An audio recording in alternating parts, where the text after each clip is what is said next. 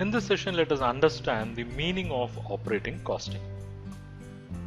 With respect to operating costing, we have to understand it is a method for ascertaining the cost of providing a service.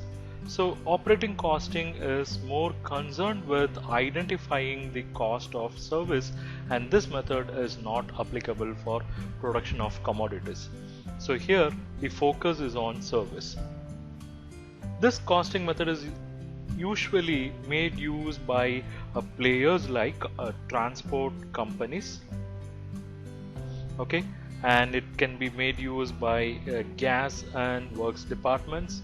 It can be made use by electricity supply companies because they provide services, and it can be made use by canteens, hospitals, schools, theaters, etc. So the emphasis on operating costing is ascertaining the cost of services rather than the cost of the commodity.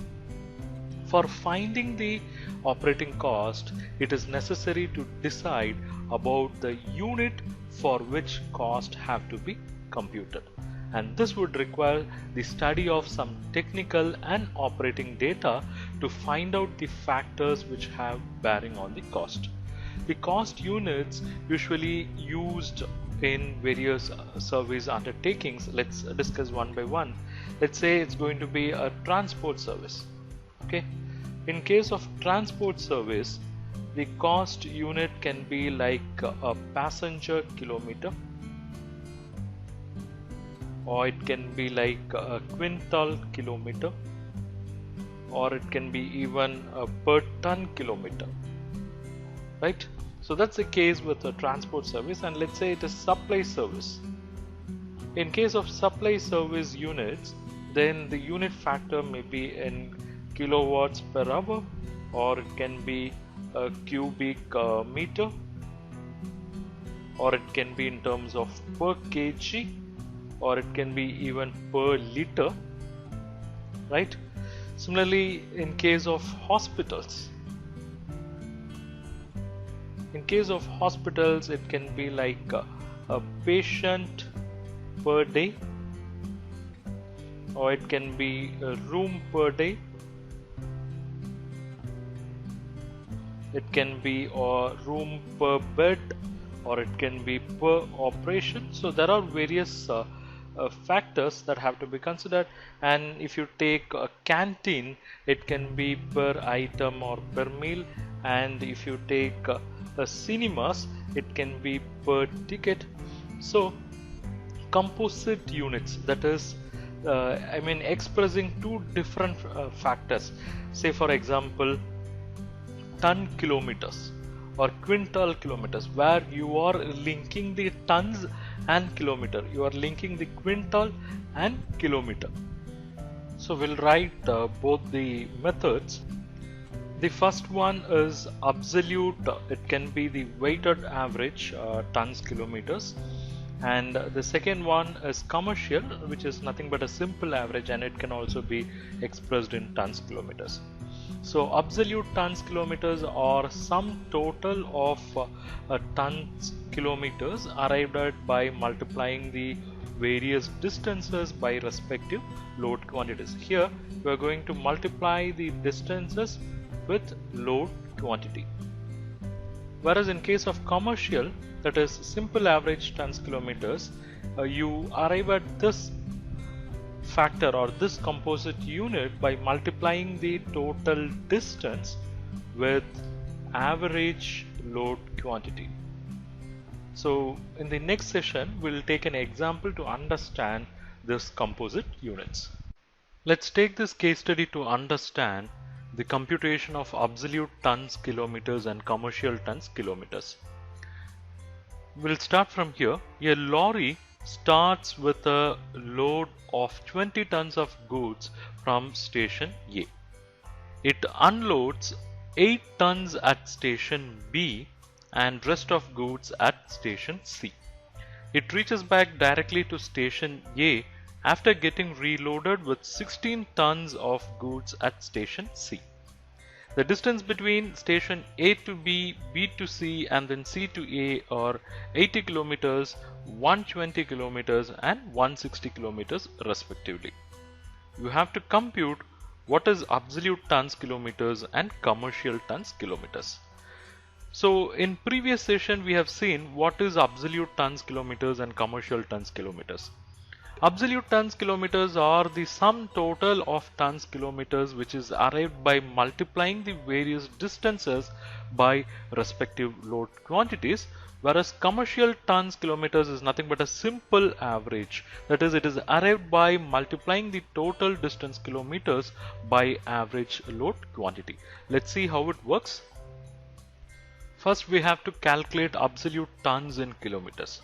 So we have to see how this lorry was moving. I mean, it started from station A, right? It started from station A and it went up to station B. So from station A to station B, it actually carried 20 tons. Okay. And if you see the kilometers between station A to B, it is actually 80 kilometers. Then from station B, it moved on to station C. So I'll write here from station B, it moved on to station C. And between station B to C, it carried 12 tons because in station B, it has unloaded 8 tons. So from station B to C, it carried only 12 tons. And the distance between station B to C is 160 kilometers. Then from station C, it had come back to station A. So I'll write here from station C, it had come back to station A and it carried 16 tons from station C to station A. So I'll write here it is 16 tons. And the distance, I'm sorry, a small mistake here. I've mentioned this is 160 kilometers. Actually, if you go by the question, the distance between B to C is only 120 kilometers.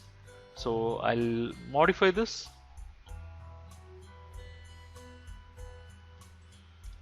It is only 120 kilometers, whereas the distance between the station C to A is 160 kilometers. So now if you want to find absolute tons kilometers, what you have to do is you have to multiply this tons with kilometers. So I'll write here absolute tons kilometers. For station A to B, it is 20 tons into 80 kilometers, so it's going to be 1600 tons kilometer, right? So I'll just put it as TK. It is 1600 tons kilometers. And between station B to C, it is actually 12 tons into 120 kilometers. So 120 kilometers into 12 tons is going to give you 1440 tons kilometers. And the third one, it is 16 tons into 160 kilometers and it is 2560 tons kilometers. So now we have to total all the three. So I'll do that.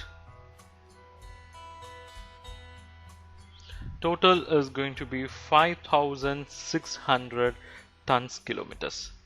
So if you are going to go by this absolute tons kilometers, it's actually 5600 tons kilometers. But what it would be if you calculate what is the commercial tons kilometer. So I'll put it here. Commercial tons kilometers. Under commercial tons kilometers, we have to find what is the average load quantity. So I'll write here. We have to find what is the average load quantity.